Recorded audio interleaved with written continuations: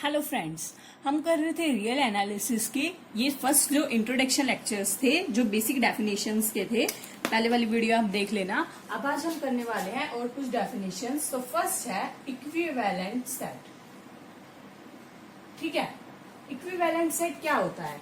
Equivalent set से हमारा मतलब है two sets A and B are said to be equivalent if A and B be put in one correspondence। मतलब क्या है इसका कि that is there exists a, मतलब क्या है,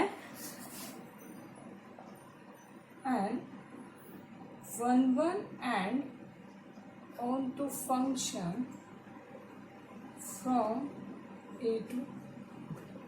ठीक है, मतलब वन कोरेस्पोंडेंस से आप क्या समझते हो? वन कोरेस्पोंडेंस का मतलब होता है उन दो सेट्स के अंदर बाइजेक्शन होनी चाहिए। ठीक है, ये वर्ड इंपॉर्टेंट है। इक्विवेलेंट सेट हमारा तभी होगा जब उन दोनों सेट्स के बीच में वन कोरेस्पोंडेंस हो। मतलब एफ ए से बी है, वन भी होना चाहिए एंड ऑन टू भी। ठीक है, जैसे फॉर एग्जाम्पल ए ले लिया 2 4 6 8, ठीक है, और बी ले लिया सेट ऑफ नेचुरल नंबर्स। तो हमारा फंक्शन है एन से ए पे डिफाइंड बाय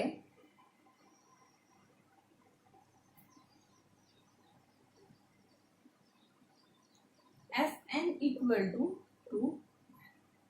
ठीक है, for all N belongs to natural number. तो हमारा जो ये फंक्शंस दिया है, ये वैल्यू हमें चेक करना है कि ये दोनों सेट इक्विवेलेंट है या नहीं है। तो हम डायरेक्टली पता कर सकते हैं कि ये हमारा वन भी है। वन चेक करने के लिए हम क्या लेते हैं, ऐसे हम वन चेक करते हैं।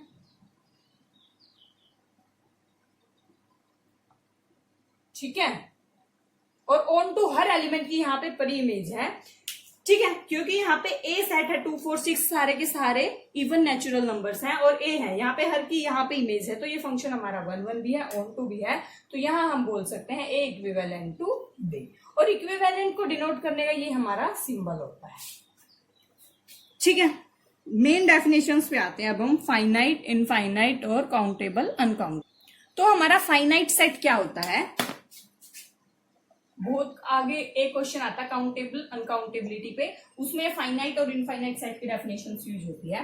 ए सेट विच इज एम्प्टी, या तो वो सेट बिल्कुल खाली हो या फिर और has a one correspondence with set of natural numbers.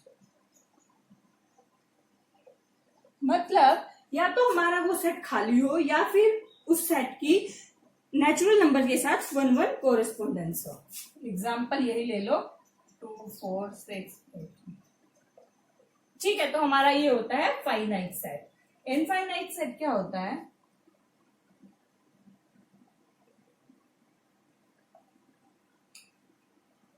If a set is said to be infinite if there is no element in n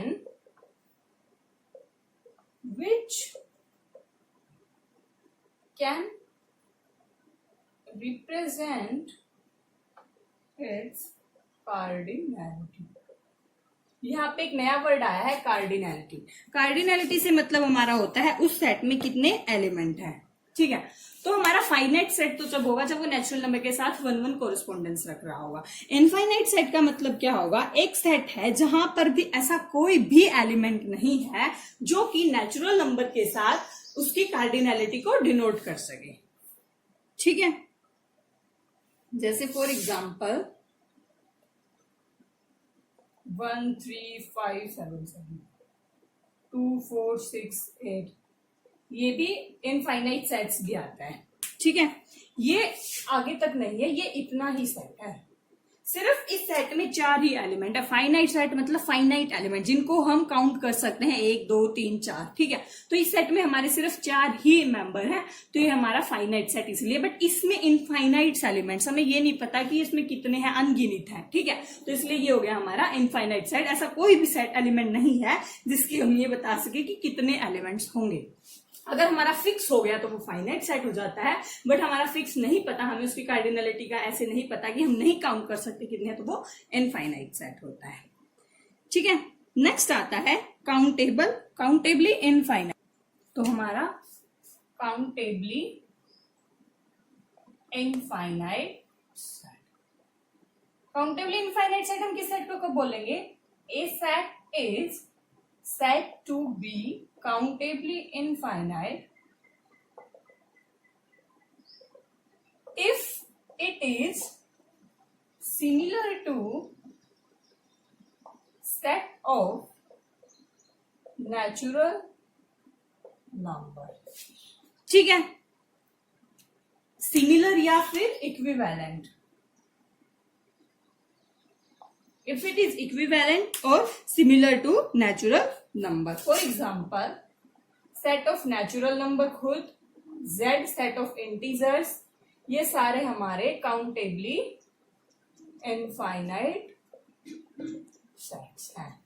set of natural number तो n के कोरोस्पोंडिंग सिमिलर होगा ही, equivalent होगा ही, खुद ही set है वो। तो z की भी कार्डिनलिटी को हम सेम मानते हैं, z भी n के सिमिलर होता है, इसलिए दोनों सेट काउंटेबली इनफाइनाइट सेट है। फिर आता है काउंटेबल और अनकाउंटेबल। ये सबसे इंपॉर्टेंट डेफिनेशन है, एक 3 नंबर का क्वेश्चन तो डेफिनेटली आता है, कई बार 4.75 मार्क्स का भी आ जाता है। तो काउंटेबल सेट क्या होता है? A set which is either finite और काउंटेबली इनफाइनाइट, ठीक है। कोई भी सेट जो हमारा फाइनाइट हो या फिर काउंटेबली इनफाइनाइट हो, तो उस सेट को हम काउंटेबल सेट बोलते हैं। For example a equal to 2 4 6, ये तो फाइनाइट सेट हो गया, तो भी काउंटेबल है क्योंकि इन्हें काउंट कर सकते हैं। z set of integer number c 5 ले लिया। एम्प्टी सेट है तो वो तो ऑफकोर्स होगा ही, एम्प्टी सेट में तो कोई एलिमेंट ही नहीं है, तो फाइनाइट काउंट करने की जरूरत ही नहीं है, तो फाइनाइट सेट हो गया, इसलिए काउंटेबल हो गया। 2 4 6 इनको हम काउंट कर, काउंटेबली काउंटेबल जिसको हम काउंट कर सके, डेफिनेशन सही आइडिया लग रहा है। अनकाउंटेबल जिसको हम काउंट नहीं कर सके। A set which is not countable,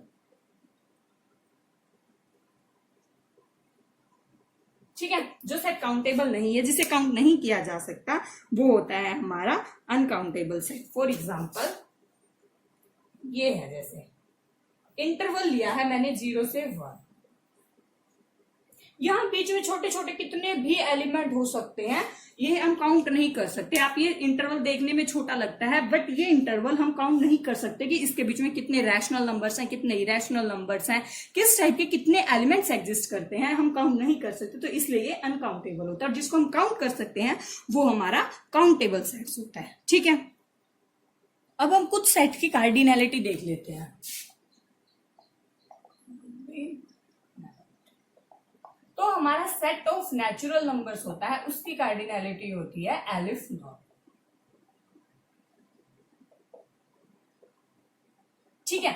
इस सिंबल को हम एलिफ नोट बोलते हैं, और ये हमेशा काउंटेबल सेट्स के कार्डिनैलिटी के लिए यूज किया जाता है। ऐसे ही सेट ऑफ इंटीजर्स की भी कार्डिनैलिटी होती है एक्स, एक्स नहीं है ये, ऐसे सिंबल है, ठीक है। सेट ऑफ रियल नंबर्स की कार्डिनैलिटी होती है सी, कॉन्टिनम। जिस सेट को हम काउंट नहीं कर सकते, गिन नहीं सकते कि एग्जैक्ट कितने हैं, तो उसके लिए हम डिनोट करते हैं। अगर वो सेट काउंटेबल है, काउंटेबली इनफाइनाइट है, तो एलिफ नॉट, और ये होता है सी, कॉन्टिनम बोलते हैं इसे, ठीक है। ऐसे ही सेट ऑफ कॉम्प्लेक्स नंबर्स की भी होती है हमारे पास सी, कॉन्टिनम। ऐसा कोई सेट इंटरवल्स होता है, उसकी भी हमारे पास होती है कॉन्टिनम, ठीक है। और हमारा n क्रॉस ऐसे 2 का दिया है, तो हमारा हो जाएगा elif not into elif net, तो ये हो जाता है एलिफ मतलब एलिफ नोट का स्क्वायर भी हमारा एलिफ नोट होता है, और एलिफ नोट इंटू कितनी भारी ही किसको कर लो, बट काउंटेबली फाइनाइट होना चाहिए। Countable set of countable union of countable set is countable. मतलब अगर ये हमारे पास काउंटेबल टाइम मल्टीपल्स है तो वो काउंटेबल होगा। इनफाइनाइट टाइम्स की बात नहीं कर रहा है यहाँ पे, सिर्फ काउंटेबल टर्म्स की बात कर रहा है। ठीक है, ये बहुत आगे यूज होने वाली है, आपको याद होना चाहिए। ठीक है, फिर आता है कैंटर्स थ्योरम। कैंटर्स थ्योरम इसका हम प्रूफ नहीं करेंगे क्योंकि हमारे पास प्रूफ हमारे कोई काम का नहीं है। ये आपको ग्रेजुएशन या पोस्ट ग्रेजुएशन में आता है इसका प्रूफ। हमें सिर्फ इसकी स्टेटमेंट पता होनी चाहिए। वो क्या है, for any set which is non empty, condition है कि वो सेट हमारा नॉन एम्प्टी हो, किसी भी सेट का विच इज जो नॉन एम्प्टी है, to its power set, power set हमने कल पढ़ा था क्या होता है, to its power set onto map cannot be defined। इसका मतलब क्या है कि कोई भी फंक्शन f, a कोई भी सेट है, से पावर सेट ऑफ a पे ऑन टू मैप डिफाइन नहीं हो सकती।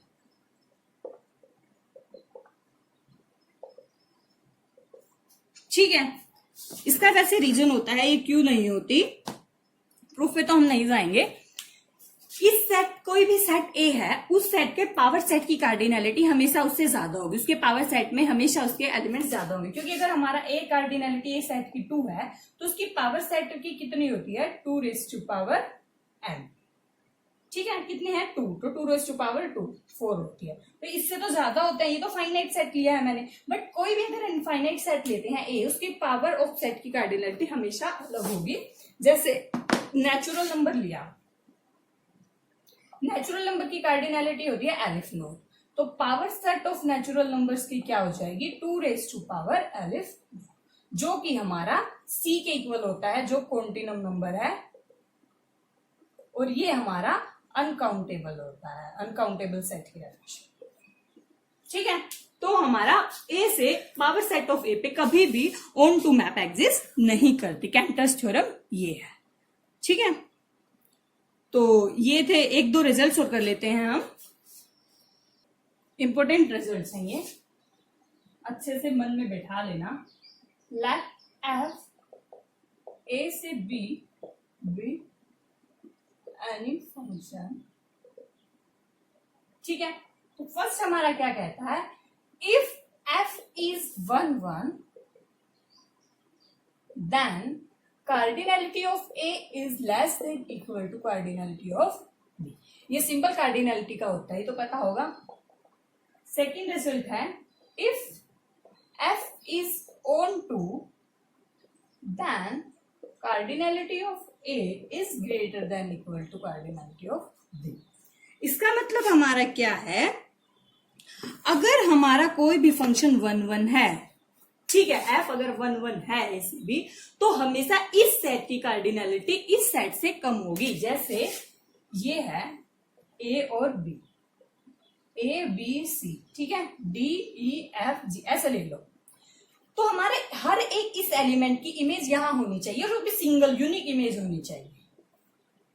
ठीक है, तभी पॉसिबल हो पाई ये, जहां पे यहाँ पे कम एलिमेंट से, तभी 1 एग्जिस्ट कर पाएगा। अगर यहाँ पे डी भी हो जाता, ये नहीं होता, तो इसकी तो कोई इमेज एग्जिस्ट ही नहीं करेगी, तो ये हमारा 1 नहीं होता, नॉट 1 होगा। ठीक है, तो हमारा 1 होने के लिए क्या जरूरी है, cardinality of A less than equal to cardinality of B. इस पे 2-3 बार क्वेश्चन आया हुआ है, इंपोर्टेंट रिजल्ट है। ठीक है, अगर हमारा फंक्शन ऑन टू है, ऑन टू एग्जिस्ट करता है, तो हमारी इस सेट की कार्डिनैलिटी ए और A B C D E F, ये ऐसे होगी, हमेशा इस सेट की कार्डिनैलिटी कम होगी। ठीक है, मतलब सिर्फ आपको ये 2 इंपॉर्टेंट रिजल्ट याद रखने हैं। अगर एफ 1 है तो इस सेट की, लेफ्ट साइड वाले सेट की कार्डिनैलिटी कम होगी, उसमें कम एलिमेंट्स होंगे बी के कंपैरिजन। ऑन टू है तो राइट साइड वाले में कम होंगे। ठीक है, ऐसे ही एक और थ्योरम होती है कि every infinite set is equivalent to one of its proper subset. कई राइटर इसको डेफिनेशन के लिए भी यूज करते हैं कि इनफाइनाइट सेट की क्या डेफिनेशन होती है, बट हम यहाँ पे ये रिजल्ट होता है हर इनफाइनाइट सेट इक्विवेलेंट होता है अपने किसी न किसी प्रॉपर सबसेट के, बट फाइनाइट सेट नहीं होता है। ये सिर्फ इनफाइनाइट सेट के केस में पॉसिबल होता है। इनफाइनाइट सेट इक्विवेलेंट होता है खुद के प्रॉपर सेट, किसी न किसी प्रॉपर सबसेट के। ठीक है, तो एक और है result, every subset of countable set is countable। Fifth है countable union of countable set is countable। ये सबसे मोस्ट इंपोर्टेंट रिजल्ट है। मतलब countable union of countable set is countable. ठीक है, इसको याद रखने का एक तरीका है 3 बार काउंटेबल आना चाहिए, 1 2 3। किसी से अगर यह से ये दे दिया कि countable union of set is countable, वो नहीं होता ट्रू, क्योंकि हमारे पास सिर्फ काउंटेबल यूनियन, काउंटेबल सेट का ही काउंटेबल यूनियन काउंटेबल होता है। तो हमारे याद रखने का होता है कि 3 बार काउंटेबल आना चाहिए। ठीक है, तो फ्रेंड्स ये कुछ काउंटेबल अनकाउंटेबल्स के स्टेटमेंट से, रिजल्ट से। हम नेक्स्ट वीडियो में कुछ क्वेश्चंस करेंगे काउंटेबिलिटी पे और अनकाउंटेबिलिटी पे। ठीक है, तो फ्रेंड्स आपको वीडियो अच्छी लगी तो लाइक करना, चैनल को सब्सक्राइब करना मत भूलना। Thank you.